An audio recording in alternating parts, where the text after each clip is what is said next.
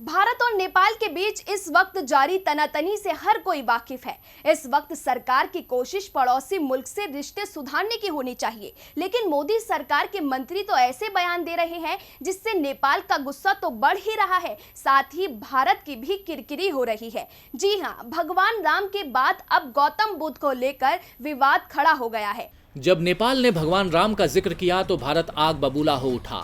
उसने नेपाल के पीएम से लेकर वहां की पूरी सरकार को कटघरे में खड़ा कर दिया।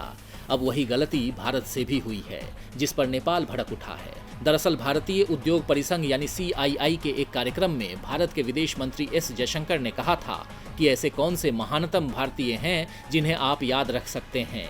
तो मैं कहूंगा कि एक हैं गौतम बुद्ध और दूसरे महात्मा गांधी।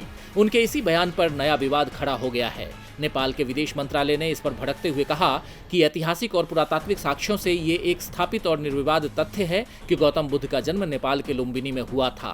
बुद्ध का जन्म स्थान लुम्बिनी बौद्ध धर्म की उत्पत्ति का स्थान है, जो यूनेस्को की विश्व धरोहर में से एक है। नेपाल के विदेश मंत्रालय ने भारत को जवाब देते हुए पीएम मोदी के ही उस बयान का जिक्र कर दिया जिसमें नरेंद्र मोदी ने कहा था कि नेपाल वो देश है जहां दुनिया भर में शांति के दूत गौतम बुद्ध का जन्म हुआ था। नेपाली विदेश मंत्रालय ने अपने बयान में कहा कि ये सच है कि बौद्ध धर्म नेपाल से दुनिया के अलग अलग हिस्सों में फैला। ये विषय विवाद का विषय नहीं है और न ही इस पर कोई संदेह है, इसीलिए ये बहस का मुद्दा नहीं हो सकता।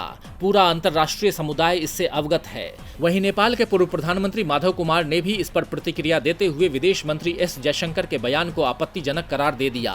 इस विवाद के बाद भारतीय विदेश मंत्रालय की ओर से भी बयान आया है, जिसमें उसने कहा है कि विदेश मंत्री साझा बौद्ध विरासत का जिक्र कर रहे थे। इसमें कोई संदेह नहीं है कि गौतम बुद्ध का जन्म लुम्बिनी में हुआ था, जो नेपाल में है।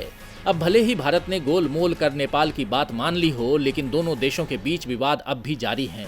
इसकी शुरुआत तब हुई थी जब नेपाल ने इस साल मई में अपना नया नक्शा जारी किया था, जिसमें लिपुलेख, लिम्पियाधुरा और कालापानी को अपना इलाका दिखाया था। ये तीनों इलाके अभी भारत में हैं, लेकिन नेपाल दावा करता है कि ये उसका इलाका है, जबकि भारत इसे अपना इलाका मानता है। इसके बाद KP शर्मा ओली के राम मंदिर पर दिए बयान ने भी बवाल खड़ा कर दिया था।